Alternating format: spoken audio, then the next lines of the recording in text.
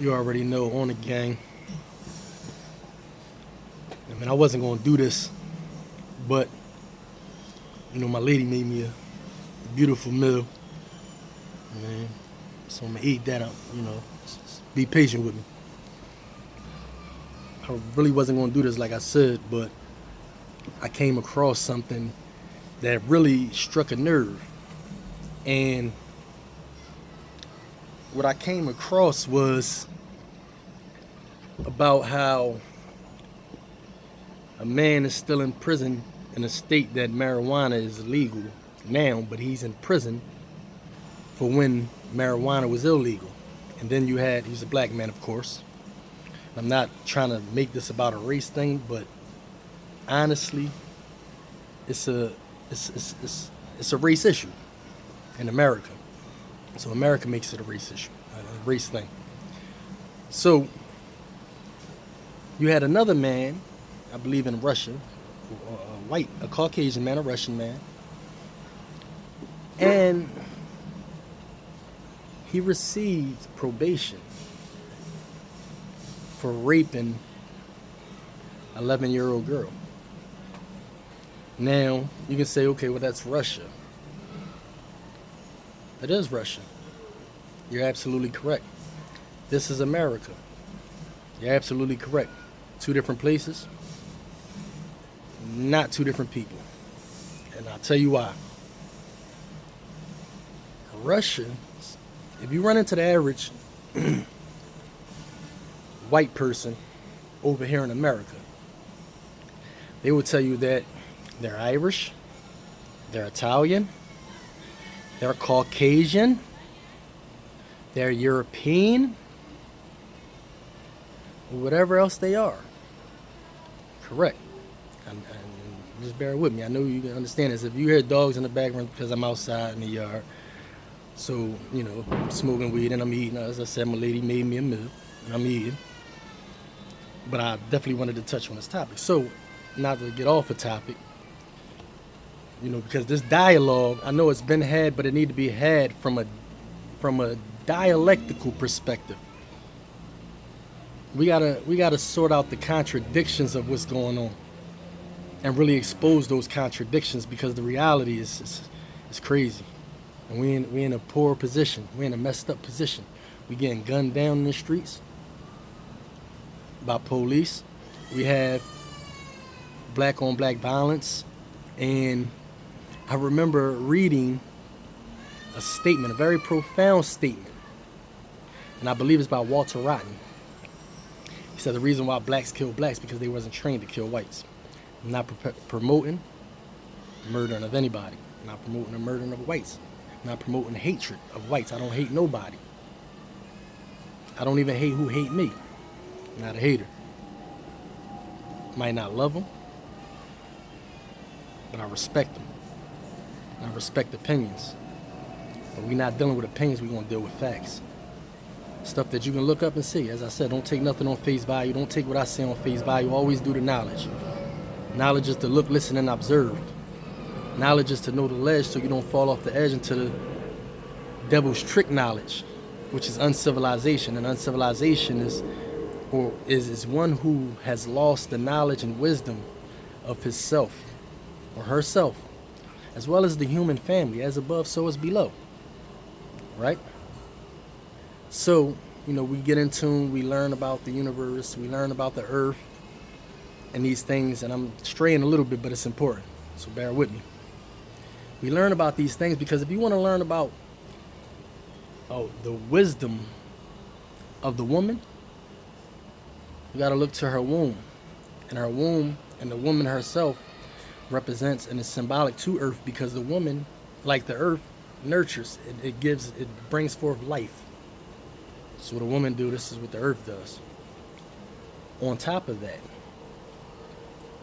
if man want to know himself, because he is on earth and he's a resident of earth, right?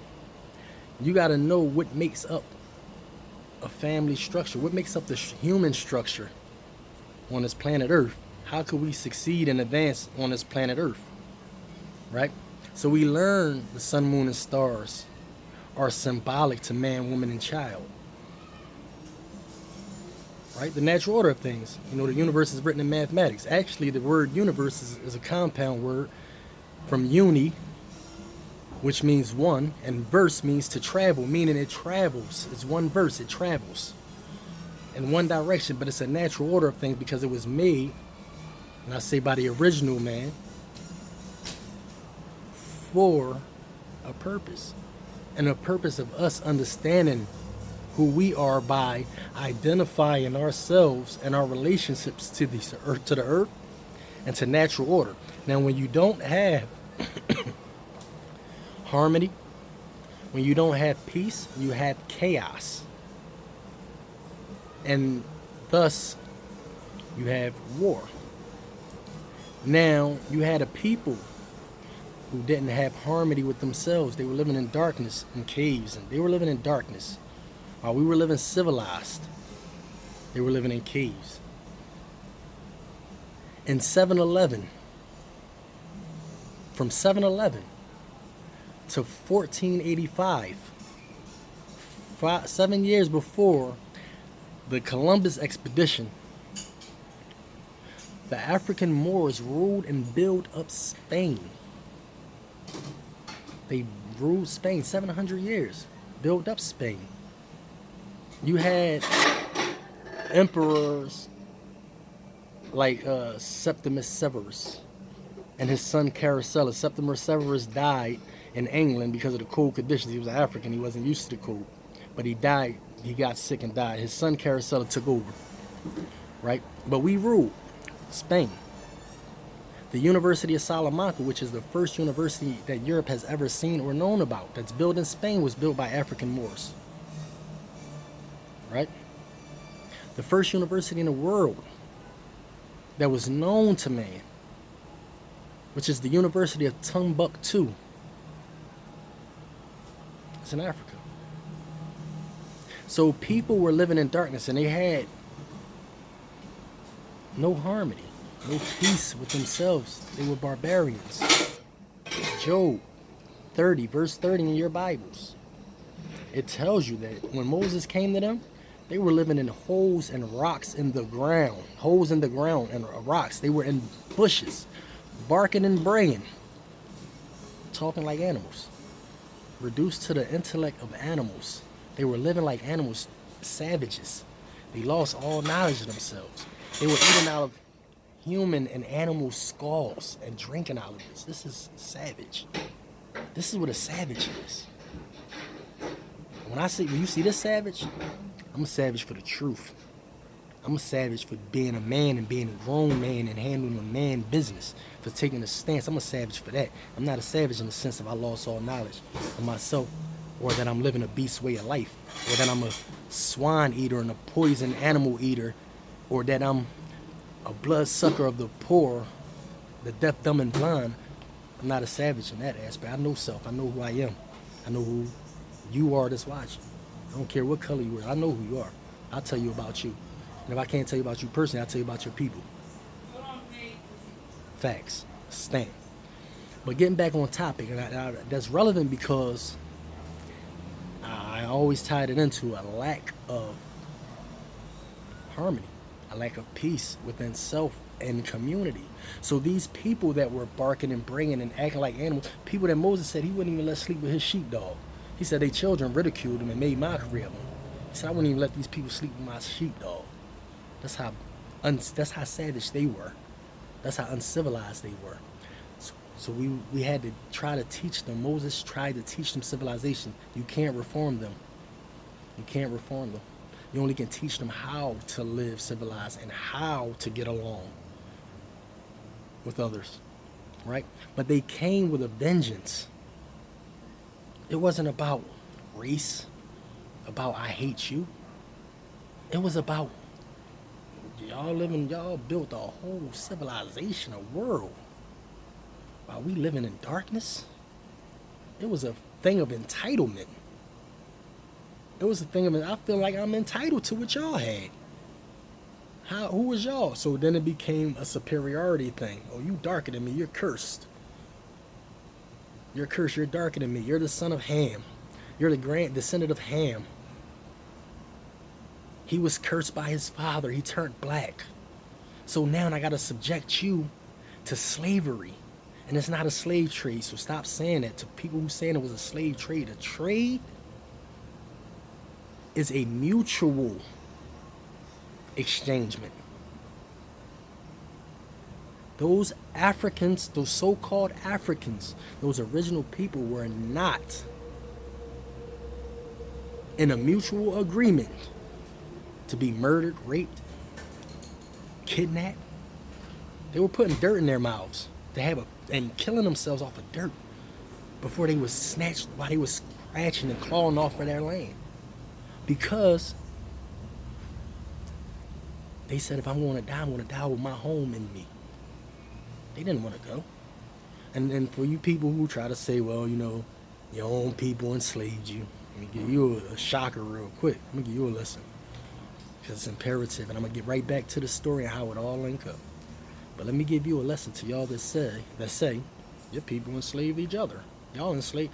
First and foremost, during that time, yes, you had Africans, so-called African people, original people, who were going around catching and gathering other original people and trading them off into slavery. Slavery, this wasn't a word in the African language, no African language for slavery, or orphanage, because we didn't, or nursing home, because we didn't throw grandma out, or we didn't get rid of our children.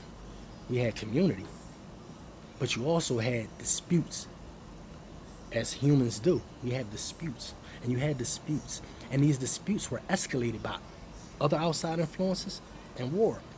So these outside influences, I'm gonna use the term devil, because a devil is somebody that is an evil person by nature. I'm not saying a devil because they got red horns or red face. No, I'm saying devil by nature. You got black devils, and they're the worst type of devils. They 7 times worse than a real devil. But these people, they were escalating, and they was getting gunpowder from China, and they was giving guns and weapons that was superior weapons to these Africans who had war and who had prisoners of war that they were trading for these weapons.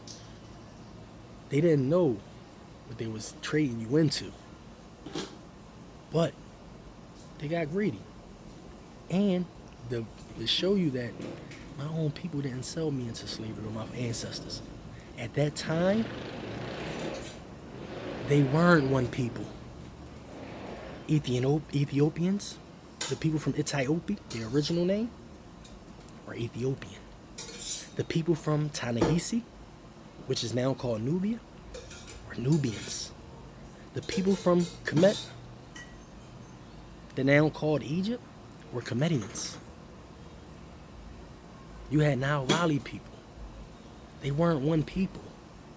Nobody was selling people from their tribes into slavery or trading them into slavery. So please stop saying that, please. It's ignorance. And it's an excuse. That's like having Stockholm Syndrome, when you start to sympathize with your captors to a point where you make excuses for them. We're not making excuses, because when you make an excuse for them, you're making excuses for the evil that they perpetuated. Everywhere these people go, they raise hell. Now, let me tie this back. Slavery got ended. Never did. Never got ended. It changed forms. It changed from individual slave masters. It changed from individual slave plantations, because it was causing wars. You had the British coming to enslave the white people that were over here, and we fought to keep our slave masters free. I'm not sugarcoating shit. That's what we did. We fought to keep our slave masters free, right? Because they was going to be slaves to the British, and we'd been under British rule. So when the North and the South, you know, they're beefing, they're going through their little, whatever they're going through, over slavery, over wealth, over cotton, and other things, labor, forced labor. So what had happened was, they said, this is not working. Yeah, Abraham Lincoln, the people that say, he freed the black, he was for us. He was never for us. He wrote in his autobiography, Do the Knowledge. Read it, look it up, Google it. He said, I never said that the Negro was equal to the white man. Never said that. He put forth the Emancipation Proclamation, not because he was your friend or he liked your grandmother or grandfather. He was a slave owner, and just like all the rest of them was. He did it to ensure the stability and growth of the sovereignty of the Union and the economic system. So it's an economic move. Now, the word emancipation comes from Roman law, and it means the transfer of ownership, meaning the English form of slavery wasn't working anymore, it was causing problems. Right? We got to come up with a solution.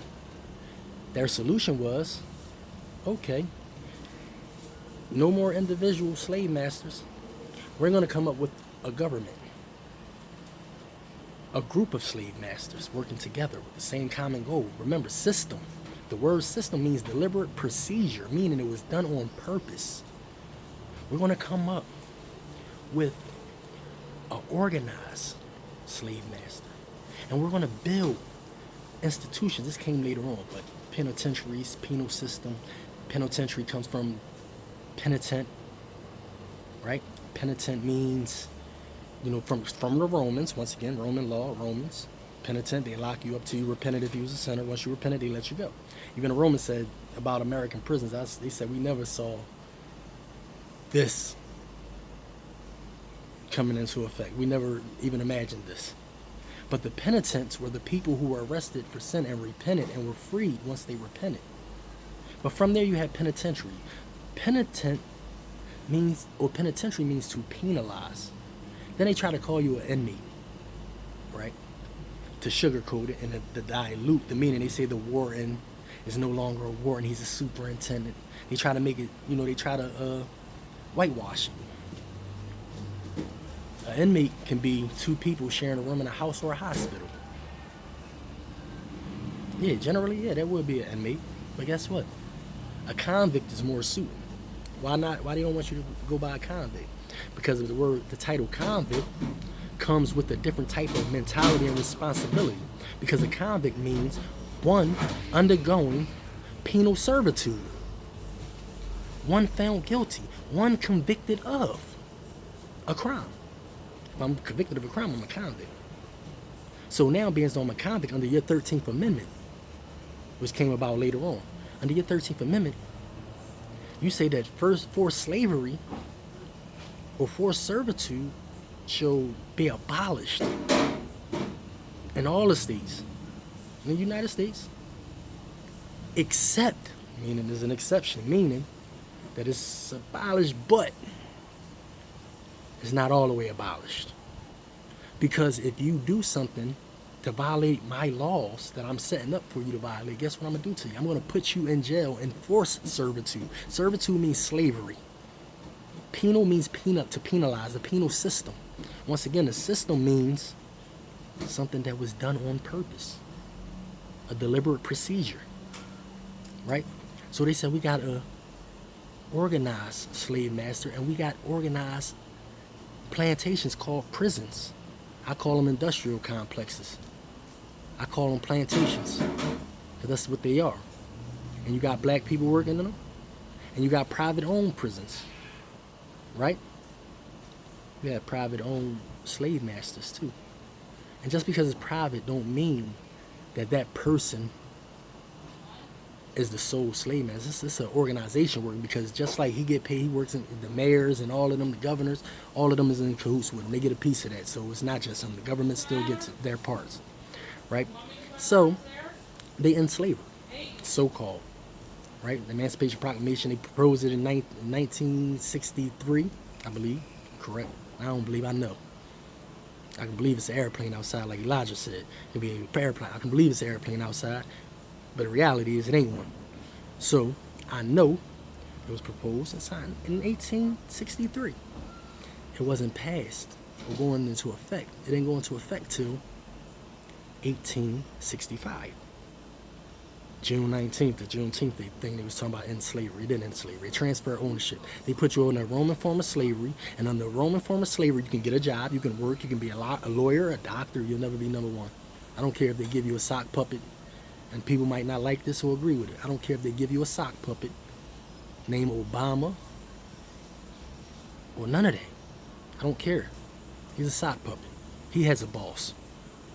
He might did a little, for the community. That was America's way of showing the world. Look, they keep talking about we racist. They keep talking about we don't like black people. Look, we gave them a president. One.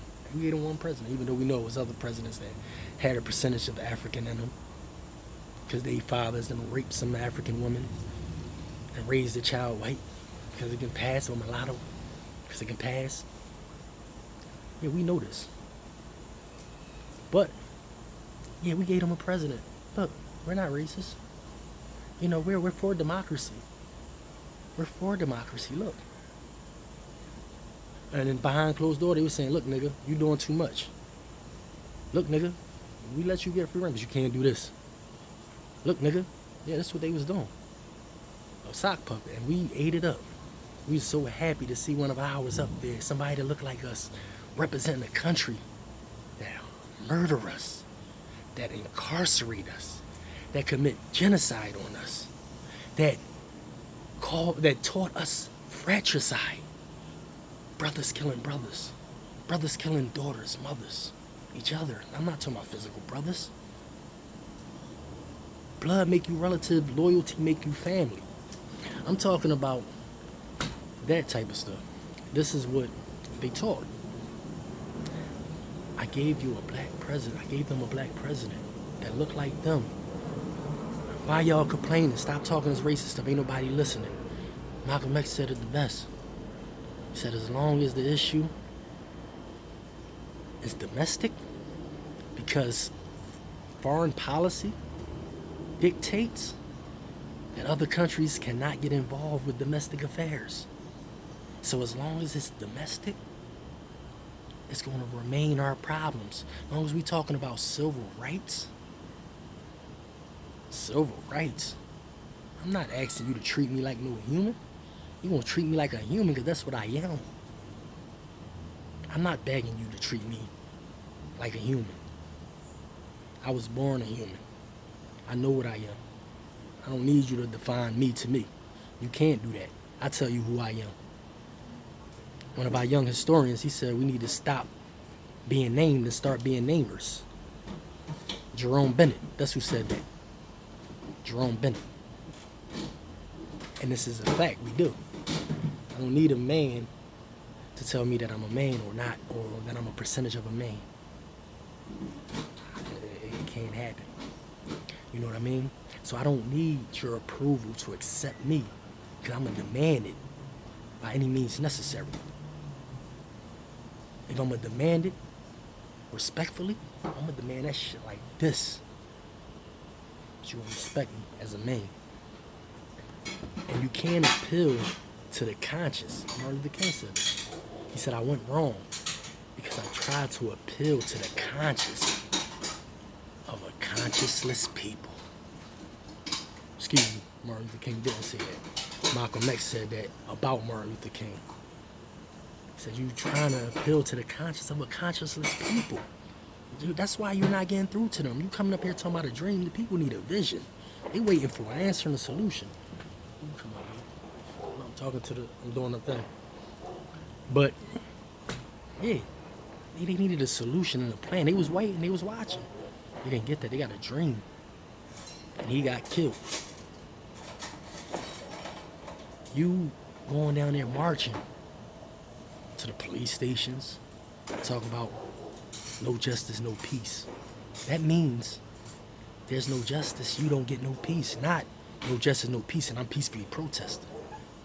Because you're not getting no justice. And you're barking up the wrong tree. You're going to the police station, protesting the police station for enforcing laws that they didn't even make. Why you not marching to the legislator's office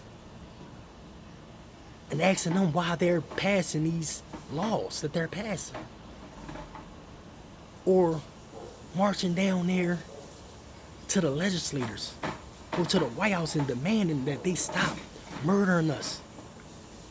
Because if they don't stop murdering us, you're not murdering me. I'm not gonna sit back and let you murder me.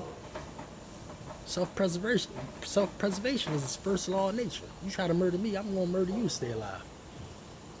That's a fact. Anybody would. An animal would. You back an animal into a corner, a cat into a corner, a mouse that's scared of you, it would attack you. Anything. That's nature. It's a law of nature, something that can't be changed. When somebody's getting murdered, they fight for their lives. Right? It's a fight. But when they so-called ended that and they transferred ownership to a Roman form of slavery, what they did was they said, okay, we can't keep them forced on a plantation no more. So they came up with, if you don't got papers, I'm putting you in prison and I'm renting you to a plantation. And for these people that say, oh, you got black police officers killing people too. You had house niggas back then too. Yeah, I said it, house niggas. The people that was the slave catchers, that was running out to catch runaway slaves, that was rebelling against oppression. They sent black people that look like them out to look for them. Why? Because you think like them. I know that you know how to catch them. You think like them. We don't love you or respect you, but we'll give you some perks. We'll give you some benefits, some things that they don't have to keep you in our pocket, to keep you on board with what we doing. And I'll even give you a gun because I got you so mentally, you a mental slave. It's like a dog or animal. If you put a dog on a leash and every time he goes a certain distance he gets shot around his neck, eventually at a certain point you can take that leash off and the dog won't go past that line because in his head he will get shot. So you embedded that in that dog, and you will teach his children that don't go past that line because you will get shot. So this is generational training. This becomes genetic, and it becomes a mentality that's accepted and then turn around and used against the very dog. When I tell a dog to come here and it don't come past where I'm telling it to come, but that's my fault. So yeah, you saying why y'all kill each other? Why y'all worrying about cops killing y'all? I'm not a cop at all. I don't like cops. I'm not a cop. I don't like courts. I don't like judges. I don't like none of that. And I'm not a cop. I didn't take an oath to serve and protect. My job that I get paid for is not to serve and protect. No. I'm not a part of your fraternal order of police. I don't have no allegiances to David Duke and them. However, I can tell you this. My obligation, not my job, my obligation is to serve and protect my community, my people in my community. Excuse me. That's my obligation. That's not my job. It's an obligation. Because I live in the same community that I need to be protecting and serving. Not like a cop. It's like a double-edged sword. I can't tell you not to call the cops, though. At the same time, I'm going to be real. I got to be real. I can't tell you not to call the cops and then turn around and tear up the neighborhood. That's like a double-edged sword. That's me telling you to shut up, mind your business, and let me mess stuff up. Let me fuck stuff up. Just shut up. No, I got to expect you to go on outside forces if you're not into the streets. I got to expect that. Yeah, you're going to call outside forces to come put me in check. That's what you're going to do because that's what you know. But that's not an outside problem. We're not going in their communities locking them up, putting them on plantations. They doing that to us, though. And we calling them in. No. These people that's out here messing up and there's black on black violence, they're your children. They're your nieces and nephews and your grandchildren. Go out there and snatch them up off these corners. Snatch them up when they're going to kill something. Don't call the cops on them. Hell no. I don't care if you're my enemy. I don't want to see you in jail. Free my ops. You feel me? But yeah, go snatch them up, pull them off that corner. Tell them, yo, you my son, I'm not letting you do that. You my nephew, I'm not letting you do. You my brother, I'm not letting you do that. I grew up with you. You're not gonna shoot me like you shot that boy around. I grew up with you. I know you. I consider you not my friend, but I know you, and I know you enough to respect you and to care about your well-being and the well-being of this community. If something happened to you, your family suffer. Right? Why don't you take that angry energy? Stop hating yourself to the point that you hate anything that looks like you, that you want to destroy it. Blacks were taught to hate black. African was taught to hate Africans. We was taught over here in America, in school. The school system, deliberate procedure. You taught everything great was white. Everything bad was African. Everything savage was African. Everything naked and living in jungles and eating people and eating monkeys and disease ridden was African. That's what you were taught. But guess what? The reality is, Africa, what they named Africa, Akibalan, right, contributed to civilization. I'm going to give you the words of one of our ancestors and great master scholars, warrior scholars, John Henry Clark. In